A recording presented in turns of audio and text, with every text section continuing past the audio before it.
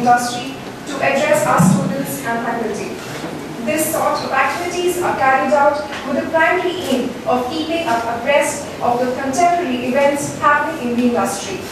Today we would learn from the experiences of Mr. Anil Yendluri about the challenges of managing a newly started port of global elements and emerging as a major port, thereby giving stiff competition to the well-established ports like Chennai Port and Krishnapatnam ports, and contributing to the development of logistics infrastructure of India. Since Andhra Pradesh has embarked on the policy of port-led development, we would be grateful if you could highlight this strategy for the growth of the sunrise state of Andhra Pradesh. A 1988 batch Indian Police Service officer, Anil Yendluri started his career as Assistant Superintendent of Police in Kottayam district of Kerala. During his career in police service, spanning over 20 years, he has served in various capacities, including Superintendent of Police in Kannur, Thrissur, Palakkad, Commissioner of Police, Kochi, Kozhikode City, Kerala, Superintendent of Police, CBI, Krishnapatnam, IGP Police Headquarters, Trivandrum, and Managing Director of Kerala Police Housing and Construction Corporation. He has also received the prestigious meritorious Service Presidential Medal from the Chief Minister of Kerala, 15th August 2007.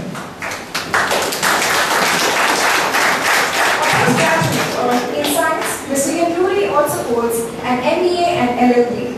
His vast experience in the police force helped him gain professional knowledge and skills in various other domains, including HR functions, fleet management, material management, finances, and general administration. His past experience in various capacities helped him gain insight into the working of a large number of public sector undertakings and ports. Mr. Yendluri took voluntary retirement from his illustrious career with Indian Police Service in 2009 and joined Krishnapatnam Port as Chief Executive Officer. In his current role as Director and CEO of Krishnapatnam Port, he has created a committed and highly dedicated team of professionals who have carved out a niche for themselves in various specialized activities of the port. He is instrumental in setting up scientific processes and an outstanding organization culture wherein the port is successfully controlling such work culture has also led to creation of world-class benchmarks such as highest discharge of 1,22,000 metric tons of coal in 24 hours, average rig loading in 90 minutes, and turnaround of trucks or trailers in 2 hours from port entry to exit. Record unloading of 90 container boxes in 9 minutes. Under the able leadership of Mr. Yendluri, Krishnapatnam Port Company Limited is poised to become one of the largest and most efficient ports in India. Now I request Mr. Anil Yendluri to deliver his lecture, please. We also come to the next day. So I always take it as an added attraction to come and talk to youngsters at Chapel.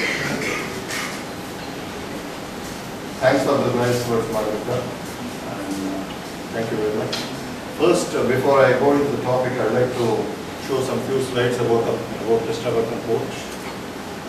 We are part of CDR and Naviga Group. Naviga Engineering Company is based out of Hyderabad only.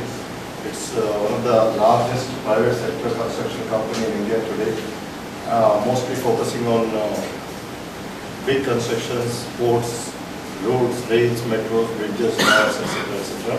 But Naviga has constructed more than 100 berths in almost all the ports in India. Having got experience in port construction, then they took over this company, Krishnapatnam Port Company, and developed this Krishnapatnam Port. The port was constructed in a record span of 18 months. First phase was completed, and the port became operational in the year 2008. And now it's one of the biggest ports in the private sector, rather biggest private sector unlisted port, and second biggest private port after Mundra, Adani Port. And then we are poised to become one of the biggest, not only in India, but probably in the top 10 to 20 ports in the world. But that takes some time because it also depends on India's growth. Yeah, our vision is to evolve as India's largest gateway port in the East Coast and the port of choice with world-class infrastructure, efficiency, interline connectivity, and unrivaled customer service along with eco-friendly development. Every part of the sentence has a meaning in that. We have chosen that very carefully. We wanted to be not only the largest gateway port on the East Coast, but the port of choice with world-class infrastructure. Then efficiencies, world-class efficiencies. Important is hinterland connectivity. Many ports in India suffer from lack of proper hinterland connectivity. And then no port ever bothers about customer service. We are very, very focused on customer service. And then along with an eco-friendly development. Often ports are accused that they are spoiling the environment. So we are very, very focused on protecting the environment. If you see the pictures, when we went there to build the port, this was the picture. It was a creek, and this picture was taken in January 2007 here.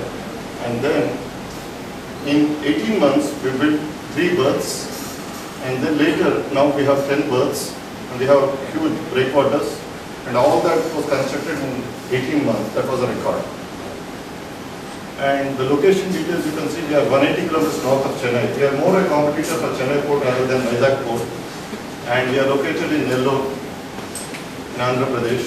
The best part is, this is an all-weather port operating 365 days a year. If you look at ports on the west coast, they reduce the scale of operations during monsoon. But this port works all through the year, 24/7. And this port has a draft of 18.5 meters. Currently they are handling vessels of the size of 2 lakh tons. And very few ports in India and world can handle this type of vessels. And the port is designed to handle even bigger vessels. Currently it has 10 berths, but it can go up to 42 berths. Currently the port is handling 40 million tons, but it can go up to 200 million metric tons. Port has a capacity of currently, container capacity of 1 million TEUs. It can go up to 6 million TEUs. As I said, the draft can go up to 22 meters. The best part is it has fastest turnaround time, not only for the vessels, but also for the trucks and trains. Excellent connectivity, road and rail. The best part again is customized solutions. Tell you what happened, I just compare this with insurance companies. When private insurance companies are not there, insurance companies used to design a product, whether you take it or leave it. So you have to curtail your needs and only choose amongst the policies which are available. Now with privatization happening, there are a lot of downtime insurance policies. Now you want to export or import. What type of solutions you want? How much time you want? What type of loading rates you want? So what type of security you want? What type of warehouses you want? What type of other supports you require? So all such customized solutions are designed and given to the customers. And another part is, port has 6,800 acres of land. When we designed ports long ago, government ports, they never thought ports can grow bigger and bigger. Cargo movement which you have to plan. What type of imports and exports, what scale you have to plan. If you do not plan, what will happen? Whatever you are seeing in cities, congested cities, people are treated like animals.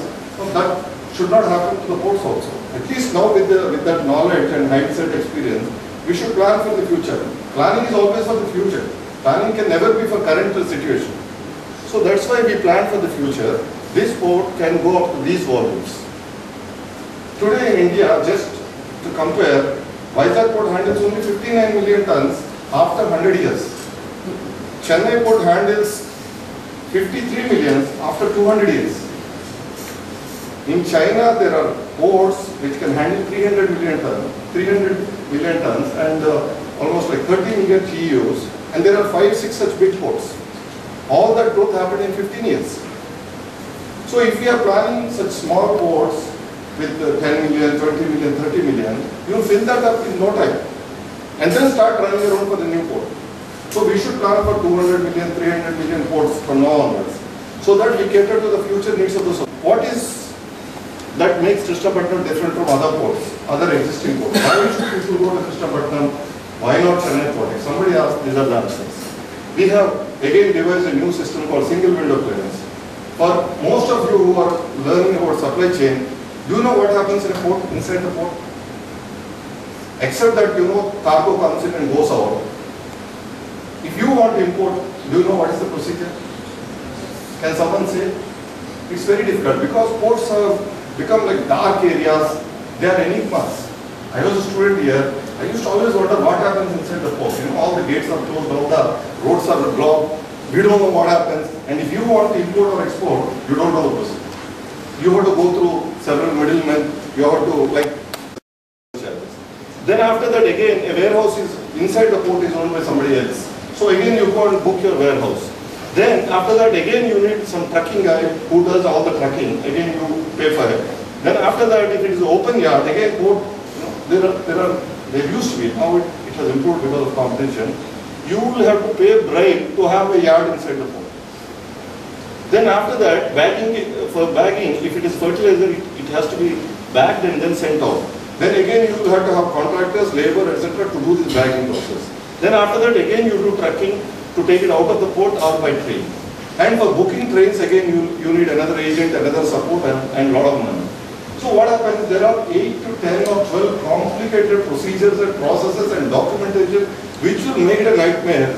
For any supply chain professional, forget about a simple importer or exporter, or even a supply chain professional, it becomes a nightmare in India. So he realized why the man who is actually importing, or in the next case, export also similar process, the man who is actually importing something for his industry, why should he take all this torture? Why can't that be simple? Why can't he focus more on his manufacturing rather than doing all this? So that's how we brought this, I'll come back, single window clearance end-to-end port services. Youngsters like you will be working in a port. There's a customer service department. Any customer has to talk to them. They will say, okay, this is your cargo, okay. What kind of services you want? Like in a 5-star hotel, list out all the services you want. Okay, this is the bill. You pay the bill, sit at home, we will see that your cargo reaches your factory. If it is import. If it is export, I don't mind picking up your cargo from your factory or from your farm and then put it on the ship. And that has reduced a lot of time, a lot of cost, a lot of harassment, a lot of hazards.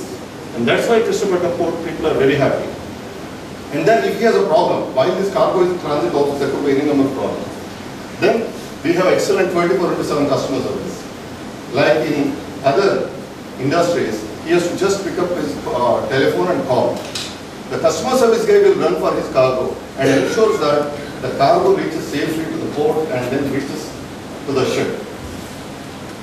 Then there is another thing called cargo handling losses. What happens worldwide, mafia comes out of this activity. Because while handling cargo, especially the bulk cargo, there will be certain amount of cargo which will be lost in transit. It could be while loading or unloading or something. Normally international practice is up to 0.5%, these losses are approved, accepted. But the fact is, even if it is 0.1% loss, remaining 0.4% cargo is stolen, taken by gundas, by thieves or by mafias or whatever it is. That's how in ports mafia is. If you see Indian mafia history also, all the mafia started from ports. If someone wants to know the background of Dawood Ibrahim or Karim Balla or Haji Mastan or ABC, they all start in the ports. How they start? They are not born gundas or born mafia, but they start as petty workers, then they become petty thieves.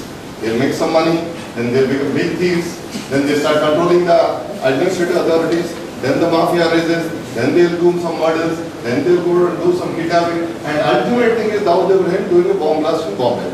That's how he grew. So, all this is because of cargo handling problems. So, the port's cargo handling process can also become a menace to the society. So, here, I being an IPS officer, I realized that this is very important area for me to work upon.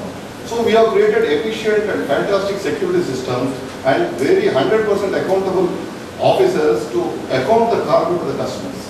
Here we are honest, truthful and transparent in our processes and procedures so that cargo is properly accounted and delivered to our customers.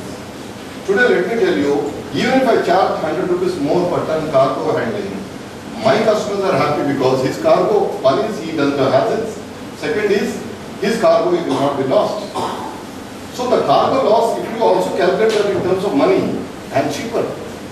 So I tell that I will charge premium. I am a 5-star port, I will give you 5-star services, but please pay me more.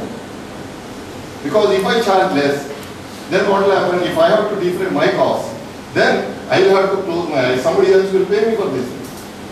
I don't want to do that. I want to be honest to you. You be honest to me and pay for my services. And customers are extremely happy to pay. Because for them, this is a better way. Then we also give extensive dedicated